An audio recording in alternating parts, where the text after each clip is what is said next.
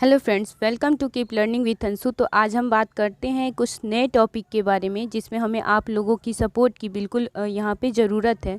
तो आपके बिहार की जो वैकेंसी निकली है वो क्या है, 1.70 लाख यानी 1.70 लाख तक की आपका ये जो वैकेंसी निकला है। कहें तो ये आपका वैकेंसी नहीं, एक तरह की 5 साल का ये आपका कचरा है, क्योंकि इन्होंने तो वैसे ही 5 साल से आप लोगों को रोक रखा। ये तो वैसे भी जो हमारे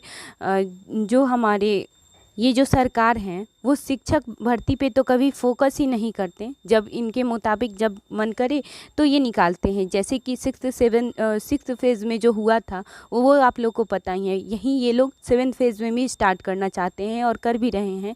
अगर हम देखें तो क्योंकि स्टेट को इन्होंने मान्यता दिया है, अगर आप स्टेट को मान्यता दे रहे हैं तो हम ये पूछना चाहते हैं, ये क्वेश्चन मेरा आयोग से भी है और ये क्वेश्चन मेरा बच्चों से भी है कि क्या जो 2020 में, 21 में और 22 में, 23 में जो बच्चे बीएड पास किए हैं, क्या वो इस चीज़ के लिए एलिजिबल नहीं हैं? क्या उनको मौका नहीं मिलना चाहिए? ये क्वेश्चन मेरा डायरेक्ट आयोग से है कि आप इसका या तो इस क्वेश्चन का आप हमें आंसर दीजिए या फिर इसका आप कुछ उपाय निकालिए। और कुछ उपाय आप क्या निकालिएगा? हम ये कह रहे हैं कि हमारे जो बच्चे हैं वो बीपीएससी का भी एग्ज़ाम देंगे और आप स्टेट का एग्ज़ाम लीजिए। ये हमारा डायरेक्ट है, ये मेरा क्वेश्चन भी है और एक तरह से ये मेरा रिक्वेस्ट भी है सरकार के लिए कि आप हमारे बच्चों का ऐसे भविष्य नहीं ख़राब कर सकते हैं। क्योंकि आपने स्टेट तो यहाँ पे मान्यता दे दिया स्टेट को, और स्टेट सिर्फ आपने 2019 में लिया था। तो क्या जो 2019 में दिए थे वही सिर्फ मान्य हैं? जो 2020, 21 और 23 में 20, 21, 22 और 23 में जिन्होंने बीएड पास किया, क्या उनको आप मान्यता नहीं दे सकते हैं? तो ये डायरेक्ट हमारा जो रिक्वेस्ट ही कह लीजिए तो सरकार से ही है कि आपको हमारे जो 20, 21, 22 और 23 के बीएड अभ्यर्थी हैं उनको भी बीपीएससी एग्ज़ाम में ज़रूर मौका मिलना चाहिए। चलिए, अगर हम मान भी लें कि 20, 21 में कोविड था, तो अगर कोविड की वजह से आपने एग्ज़ाम नहीं लिया तो फिर भी जो 22 और 23 हैं उनका क्या, आपने तब भी तो नहीं लिया। तो अगर आप मान्यता इसको दे रहे हैं स्टेट 2019 को, तो आपको ये एग्ज़ाम भी कंडक्ट करवाना चाहिए। जैसे कि हम डायरेक्ट ही कहना चाहते हैं कि ये जो बिहार के जो हमारे सरकार हैं वो तो शिक्षकों की भर्ती है उस पर बिल्कुल ध्यान ही नहीं देते हैं। अब आप हमें बताएं, जो आपके 4 साल के छात्र हैं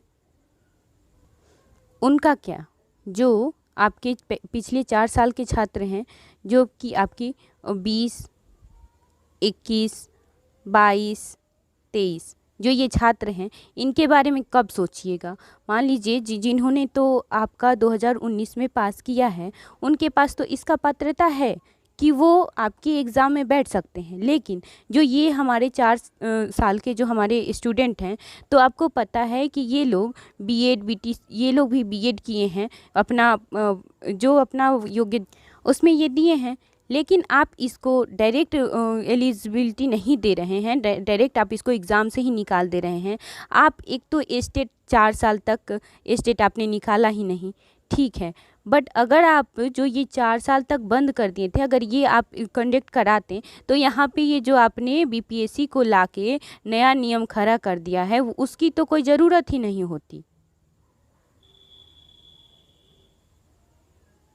ये बीपीएससी की कोई ज़रूरत ही नहीं होती जो आपने स्टार्ट कर दिया है।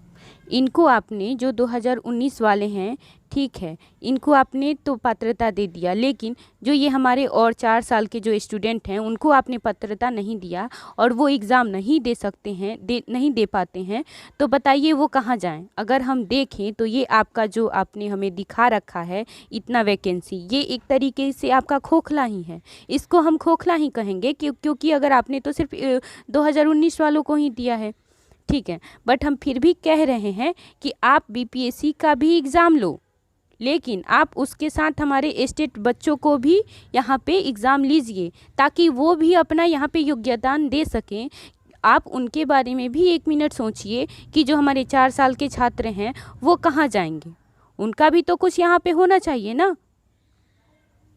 तो हमारा सिर्फ बीपीएससी और हमारा सिर्फ यही जो हमारा आयोग है उससे एक ही रिक्वेस्ट है कि आप हमारे जो 7th फेज़ का जो बीपीएससी आपने निकाल रखा है जो आप 7 फेज़ का बीपीएससी के लिए जो नियम लागू कर रखे हैं वो आप रखें, लेकिन एक हमारा अपील ये है और रिक्वेस्ट है कि आप हमारे ये जो 4 साल के छात्र हैं उनकी ज़िंदगी को बर्बाद ना करें, उनके साथ खिलवाड़ ना करें, उन्हें भी मौका दें। बीपीएससी के साथ साथ वो आपके स्टेट का भी एग्ज़ाम देंगे। इसके लिए हम आयोग से इस चीज़ का अपील करते हैं। और जो स्टूडेंट और कल पटना गांधी मैदान में दिलीप सर के साथ जो मीटिंग है उसमें आप लोग अपना योगदान दें, आप लोग अपना आवाज़ उठाएं, क्योंकि जब तक आप अपना साथ नहीं दीजिएगा कोई भी आपका साथ नहीं देगा। तो इसके लिए जो 2020, 21, 22 और 23 के हमारे स्टूडेंट हैं वो कल पटना गांधी मैदान में अपना योगदान दें, जिससे आप लोग का यहाँ पे पात्रता को जो पात्रता की आपकी मांग है उसको पूरी की जाए और आप लोग का